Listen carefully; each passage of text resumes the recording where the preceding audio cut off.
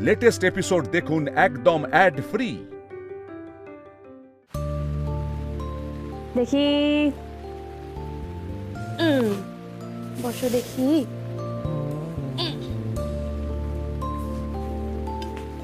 চলো চই, এবার তাহলে খেয়ে নাও।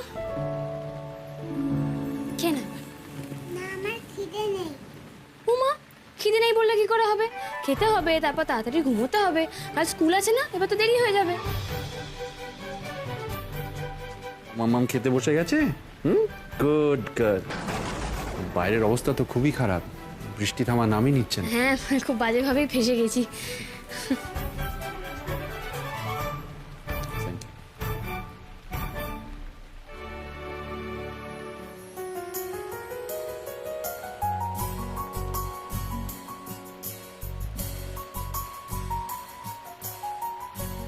খেয়ে নাও। তারপর কিন্তু আরেকটা রাইম শোনাতে হবে। শোনাবে তো? অবশ্যই শোনাবো, তুমি চটপট খেয়ে নাও, তারপরেই শোনাবো।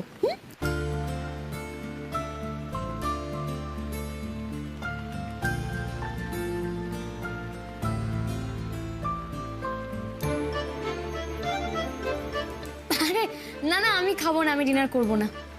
এমা কেন? এত লেট হয়ে গেছে, আমরাও ডিনার করছি, আপনিও ডিনার করে নিন। দেখুন, আপনার যদি এই খাবার পছন্দ না হয় তাহলে বলুন, অন্য কিছুর ব্যবস্থা হয়ে যাবে। আসলে আমার মাম্মামের চাইনিজ খুব পছন্দ, তাই জেনারেলি ডিনারে চাইনিজই হয়। আপনি কি অন্য কিছু খাবেন? না মানে আপনার যদি অন্য কিছু খেতে ইচ্ছে করে, কন্টিনেন্টাল, ইন্ডিয়ান, বেঙ্গলি কুজিন, বলুন না, এখনই ব্যবস্থা হয়ে যাবে। আপনার কি মনে হয় মিস্টার ভাটিয়া, ক্ষমতা থাকলেই সব কিছু কেনা যায়? মানে আপনার কাছে ক্ষমতা আছে, আমি আপনাকে যা চাইবো আপনি আমাকে ঠিক সেটাই এনে দিতে পারবেন? আমার তো মনে হয় না। এখন আপনার মনে হতেই পারে যে আমি ট্যাক্সি চালাই, তাই বাহারি খাবার দেখে আমি একবারে আনন্দে পাগল হয়ে যাচ্ছি। তা নয় মিস্টার ভাটিয়া, এমন অনেক ইমোশন আছে, এমন অনেক রিলেশন আছে যেগুলো কোটি কোটি টাকা দিয়েও কেনা যায় না। পেটের খিদের থেকেও মনের খিদেটা বেশি ইম্পর্ট্যান্ট। আর এই মুহূর্তে আমার মন পড়ে আছে আমার বাড়িতে, যেখানে আমার ফ্যামিলির সবাই আছে, আমরা সবাই একসাথে খেতে বসি, আর তখন যে খাবারটা খাওয়া হয় সেটাই আমার কাছে পৃথিবীর বেস্ট খাবার। আপনি কিন্তু পুরো ব্যাপারটাকে মিস ইন্টারপ্রেট করছেন। আচ্ছা, একটা কথা বলুন তো, এই টাকা আর্ন করা কবে থেকে অন্যায় কাজ হয়ে গেল? আমি কষ্ট করি টাকাগুলো আর্ন করি, চুরি ডাকাতি করি না। আমার হার্ড আর্ন মানি দিয়ে আমি যদি একটু কমফোর্টেবল কোজি লাইফ লিড করতে চাই, সেখানে অন্যায়টা কোথায়? আরেকটা কথা, এভাবে কারোর বাড়িতে এসে ডিনার রিফিউজ করাটাকেও ভদ্রতা বলে না। তার মানে আপনি কি বলতে চাইছেন, আমি অভদ্র? দেখুন, আমি আপনার সাথে কোনো আর্গুমেন্ট করতে চাই না। আমার যেটা বলার আমি আপনাকে বলে দিয়েছি, এবার আপনার যেটা ভালো মনে হয় সেটা করুন। কি ব্যাপার চুই, তুমি তো খাবারটা খেতে গিয়ে ঘেঁটে দিচ্ছ। এসো, আমি তোমায় খাই দিচ্ছি, এসো। না না না, প্লিজ ডোন্ট ডু দ্যাট। ও মা, ও তো খেতে পারছে না, আমি তো অনেকক্ষণ ধরেই দেখছি। পারবে, কোনো দরকার নেই ওকে হেল্প করার। ও নিজে নিজেই ম্যানেজ করবে, কেউ ওকে হেল্প করবে না। এভাবেই একটা মানুষ ইন্ডিপেন্ডেন্ট হতে শেখে। ও যতটুকু খেতে পারবে খাক, কিন্তু নিজে নিজে খাওয়াটা শিখুক, এটা ইম্পর্টেন্ট। আমি চাই না ওকে লাইফে কারোর ওপর কোনোদিনও ডিপেন্ডেন্ট হয়ে থাকতে হোক। মিস্টার ভাটিয়া, ও একটা ছোট মানুষ, ও নিজে নিজে কি করে খাবে? আর মানছি যে ও নিজে নিজেই সব কাজ শিখবে, কিন্তু ওকে তো কাজটাও প্রথমে ইনিশিয়াল স্টেজে শিখিয়ে দিতে হবে যে ও কিভাবে করবে। ঠিক শিখে যাবে।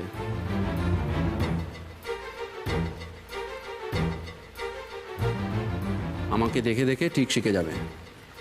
আপনাকে এত ভাবতে হবে না, ছেড়ে দিন। এভাবেই একটা মানুষ ইন্ডিপেন্ডেন্ট হয়।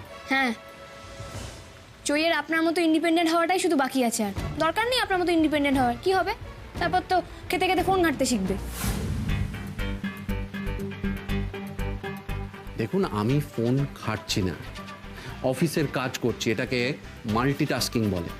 আচ্ছা, তাই ডিনার টাইমটা তো আপনার ফ্যামিলি টাইম। খেতে বসে আপনি অন্তত আপনার মেয়েকে সময় দিন। এখনো কি আপনি মাল্টিটাস্কিং করে যাবেন? আর আমি যা দেখলাম, আপনি তো চইয়ের মায়ের জন্য অপেক্ষা করলেন না। কেন, উনি কি এখনো ফেরেননি?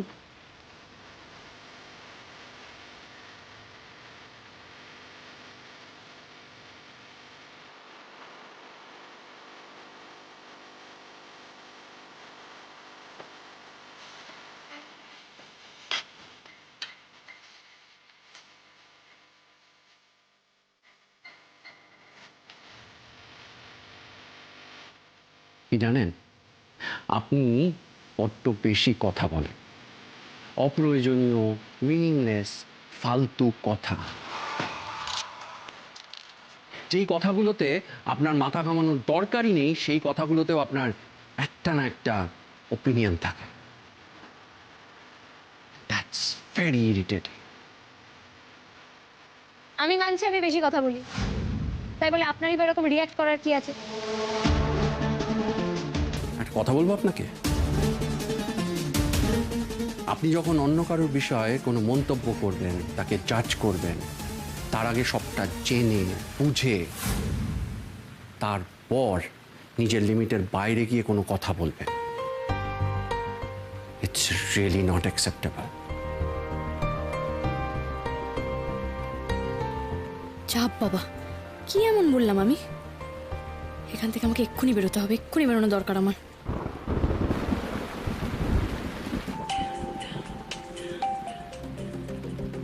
হ্যালো উর্মি, আরে না না, আমি বলছি তোমার ওখানে কি খবর, মানে বৃষ্টিটা কি কমলো? আরে না না, তুমি কি করে ফিরবে আমি তো সেটাই বুঝতে পারছি না। আমি একা না, সবাই চিন্তা করছে এখানে। ও টুকাই, ওকে বল এখন বৃষ্টিটা ধরেছে, এক্ষুনি যেন ফিরে আসে। বিশেষ করে টুকাই বাবু, আরে এখানে এখনো বৃষ্টি পড়ছে, আমি তো বেরোতেই পারছি না এখান থেকে। আর আমি যে বাহনদেবকে নিয়ে বেরোবো সেই অবস্থাটাও নেই। হ্যাঁ সেটাই তো বুঝতে পারছি, এদিকে তো রাস্তাঘাটে জলে জলময় হয়ে গেছে একেবারে। আরে আমার ফোনটা দে না একটু। এই দাঁড়াও দাঁড়াও, আবার ছোট ঠাম্মি তোমাকে কি বলবে বলছে, একটু ধরো ফোনটা, নাও কথা বলো। এনো হ্যালো, আরে তুই কোথায়? আরে আমরা তো এখন আতান্তরে পড়ে গেছি, চিন্তায় চিন্তায় আমাদের ঘুম উড়ে গেছে। হ্যাঁ, তোর কোনো খবর পাচ্ছি না, তুই কোথায় আছিস, কি করছিস? তুই যেখানে আছিস সেখানে কারা কারা আছে? হ্যাঁ ওরে বাবা, কি কি ওই দেখো, ওই দেখ নিয়ে নিল, দেখ কথা বলতে দিচ্ছে না। ছোট ঠাম্মি, আমি খুব বাজেভাবে আটকে গেছি। আমি যে কি করব না কিচ্ছু বুঝতে পারছি না। এই যে উর্মি, শোনো, তোমার বুঝে আর কোনো কাজ নেই। যখন বোঝার দরকার হয় তখন তো তুমি কিছু বোঝো না, আর হাতের বাইরে বেরিয়ে গেলে তখন বোঝার চেষ্টা করো। উর্মি, আমি তোমাকে বলছি শোনো, তুমি কোনো টেনশন করো না, ঠিক আছে? তুমি যেখানে আছো একদম ঠিক আছো। আরে বাবা, একটা তো শেডের নিচে আছো, কোনো রিস্ক নেওয়ার দরকার নেই। বৃষ্টি যখন থামবে তারপর বেরিও। ব্যাস হয়ে গেল, আজকে আর উর্মির বাড়ি ফেরা হবে না। কে বাড়ি ফেরা হবে না? হ্যাঁ, আরে এইভাবে রাত বিরেতে অন্য লোকের বাড়ি থাকা যায় নাকি? ওখানে কাউকে চেনো না জানো না, বাড়ি ফিরে আসো। যা খুশি হচ্ছে এই বাড়িতে, তুগলকি রাজত্ব চলছে, কেউ কারো ধার ধারে না। দেখো দেখো তোমরা, আরে আমি তো ইচ্ছে করে দেরি করছি না, বলো। এইভাবে বৃষ্টি পড়তে থাকলে আমি কি করব? আর আমি তো এইভাবে ফিরে আসতে পারি না। আর এদিকে চৈয়ের মাও বাড়িতে নেই, বাজ পড়ছে, বাচ্চাটা ভয় পাচ্ছে, ও তো আমাকেও ছাড়তে চাইছে না। আমি এই অবস্থায় কি করে চলে আসি বলো তো?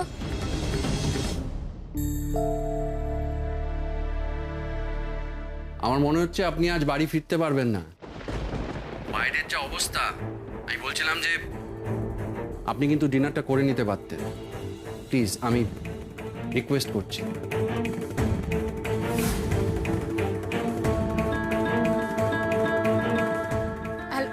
হ্যালো, হ্যালো হ্যালো, যা কেটে দিল। কেটে গেল। সর্বনাশ। বড় বৌদি, এটা কার গলা গো? কে বললো কথাটা? সে যেই হোক না কেন, উর্মির বেশ ভালোই খাতির হচ্ছে ওখানে। তারপরে উর্মি তো বললো যে চৈয়ের মা নেই, চৈ উর্মিকে ছাড়ছে না, আবার চৈয়ের বাবা উর্মিকে ডিনার করে যেতে বলছে। উর্মির আজকে আর বাড়ি ফেরা হবে। রিনি, কথা বলার আগে একটু ভেবে তারপর কথাটা বলিস। রিনিকে না ধমকে নিজের বউকে আগে সামলা, বুঝলি? তবে আমি আজকে একটা কথা বলে রাখছি টুকাই, যেটা হচ্ছে ঠিক হচ্ছে না, খুব খারাপ দিকে এগোচ্ছে।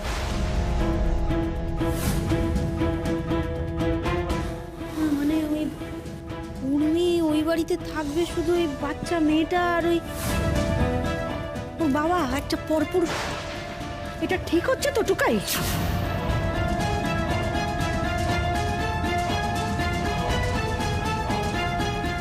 টুকাই, ওকে বল শিগগিরই বাড়িতে যেন ফেরে, এই কথার যেন অন্যথা না হয়।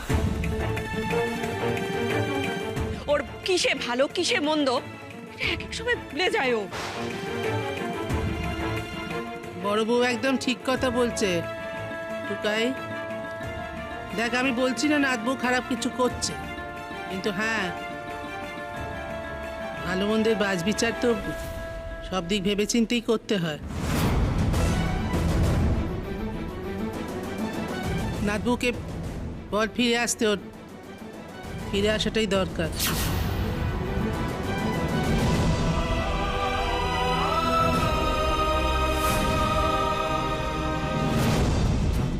কি হবে এবার? বাড়িতে নিশ্চয়ই খুব ঝামেলা হচ্ছে। টুকাই বাবু কি আমার উপরে রাগ করলো নাকি? না না না না না, আমি চলেই যাই। বেবি চলো, এবার তো ঘুমোতে হবে, চলো চলো। চই এরকম করে না চই। কালকে তোমার স্কুল আছে না? হ্যাঁ, যাও গিয়ে ঘুমিয়ে পড়ো, নাহলে কাল সকালবেলা উঠতে পারবে না। যাও যাও যাও যাও।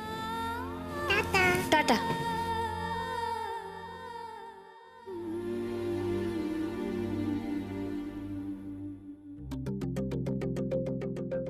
আপনি কি তাহলে এই দুর্যোগেই বেরিয়ে যাবেন? হ্যাঁ, আমাকে বেরোতে হবে, কিছু করার নেই। তবে মিস্টার ভাটিয়া, যাওয়ার আগে আমি আপনাকে আরও একবার বলছি, প্লিজ আপনি আর আপনার স্ত্রী আপনারা দুজনে মিলে চইকে একটু সময় দিন।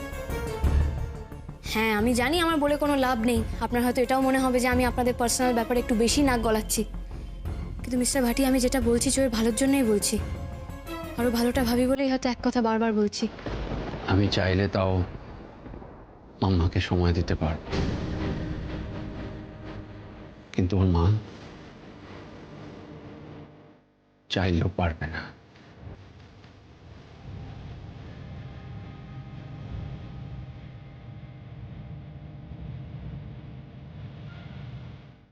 ওর মা নেই। কি মা নেই মানে? 1 বছর হয়ে গেছে ওর মা মারা গেছে, কিন্তু কিন্তু আমি আমার মেয়েকে এখনো সত্যিটা বলতে পারিনি, সাহস হয়নি। ওকে মিথ্যে সান্ত্বনা দিয়ে রেখেছি যে ওর মা কোথাও ঘুরতে গেছে,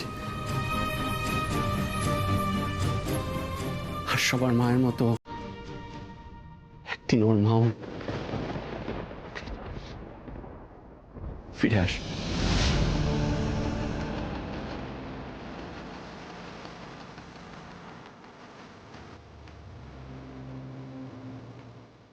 I am sorry mister Bhatia, আমি আপনাকে ইন্টেনশনালি হার্ট করতে চাইনি। ঠিকই তো, আমার তো আপনাকে এভাবে বলাটা উচিত হয়নি। আমি তো না জেনেই আপনাকে ব্লেম করেছি, কিন্তু বিশ্বাস করুন, আপনি এখন কোন পরিস্থিতির মধ্যে আছেন সেটা আমি যথেষ্ট ভালো বুঝতে পারছি। আপনার পক্ষে আমার মেয়ের সিচুয়েশনটা বোঝা ইম্পসিবল।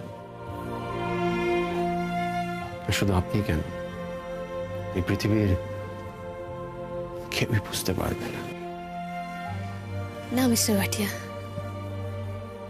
মা বাবাকে একসঙ্গে না পেয়ে বড় হয়ে ওঠা, মা বাবার মধ্যে কোনো একজনকে ছেড়ে বাঁচা, এটা খুব কঠিন, আর সেটা আমার থেকে ভালো আর কে বুঝবে। কারণ আমি নিজেও এই একই সিচুয়েশনের মধ্যে দিয়ে গেছি।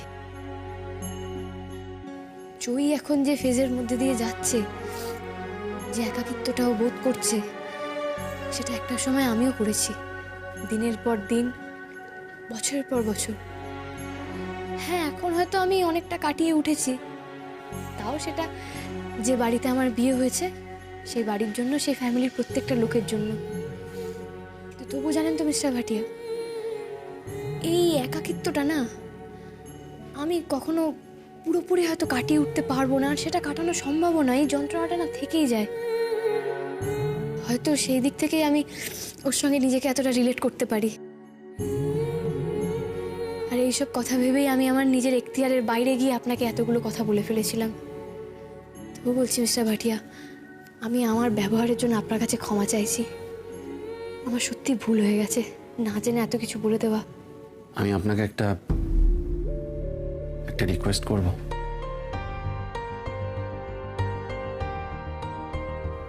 আমার মাম্মার সামনে কোনোদিনও ওর মায়ের কথা তুলবেন না। অনেক কষ্টে আমি নিজেকে, আমার মেয়েকে সামনে রেখেছি। একবার ভেঙে পড়লে সবকিছু আমার হাতের বাইরে চলে যাবে,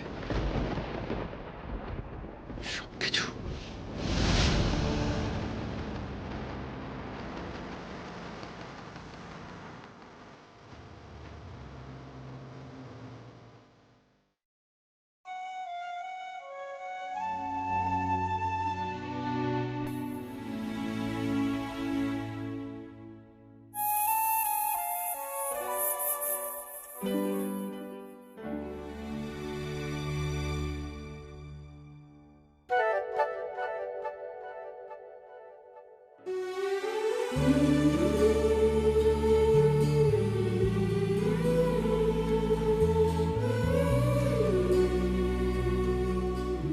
আমি যে কষ্টটার মধ্যে দিয়ে গেছি জয়ী, আমি তোমাকে কোনোদিন সেই কষ্টটা ফিল করতে দেব না। আমার পক্ষে যতটা সম্ভব হবে আমি তোমাকে আগলে আগলেই রাখবো, কোনোদিন স্যাড হতে দেব না, সবসময় হ্যাপি হ্যাপি রাখবো।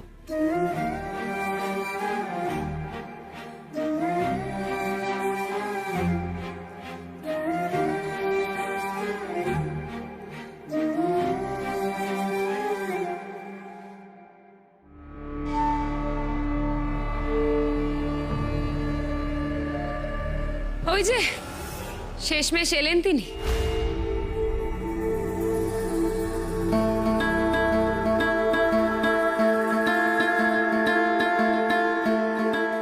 আরে নাথবু, এটা কোনো সময় হলো বাড়ি ফেরার? বলি বৃষ্টি তো থেমে গিয়েছে অনেকক্ষণ। না, ওর সময়ের জ্ঞান থাকবে কেন? আমি তো মহারানী মা বগলা। হ্যাঁ, সে বাড়ির বউ এখন কাজ করছে, টাকা রোজগার করছে, সে তো যখন তখন আসতে পারে। কারেক্ট আছে। চুপ কর না মেজদা, মেয়েটা এত দুর্যোগ পেরিয়ে এতখানি গাড়ি চালিয়ে এলো, বাড়িতে আসার সাথে সাথেই শুরু করে দিলি। কিন্তু এত রাত করে ওর বাড়ি ফেরাটা মোটেই উচিত হয়নি রে বিনি। আমরা যে বাড়ির সবাই চিন্তা করছি সেটা ওর খেয়াল রাখাটা উচিত ছিল। উর্মি, সবাই জিজ্ঞেস করছে তোমার ফিরতে এত দেরি হলো কেন? তোমার কি কোনো অসুবিধা হয়েছিল ওখানে? তাহলে সেটা বলো। কাজটা তুই মোটেই ঠিক করিসনি উর্মি। তোকে যে স্বাধীনতাটা দেওয়া হয়েছে সেটার তুই অপব্যবহার তো করতে পারিস না, তাই না? বলছি না, ওর কোনো ভালো মন্দের বিচার নেই, ওর মর্জি মতোই চলবে। ওকে এই সমস্ত বলা না বৃথা। হয়েছেটা কি উর্মির? কিছু বলছে না কেন? না না, মানে এভাবে চুপ করে থাকার মানেটা কি? দেখো দেখো কেমন চুপ করে আছে, দেখো। আবার চোরের মতো পা টিপে টিপে বাড়িতে ঢুকলো। আর একটা বাজে কথা বললে না তো থাপ্পড় মেরে সব কটা দাঁত আমি ফেলে দেবো। তোমার কি হয়েছে বলো তো? এসো আমার সঙ্গে, এসো, চলো ঘরে চলো, এসো।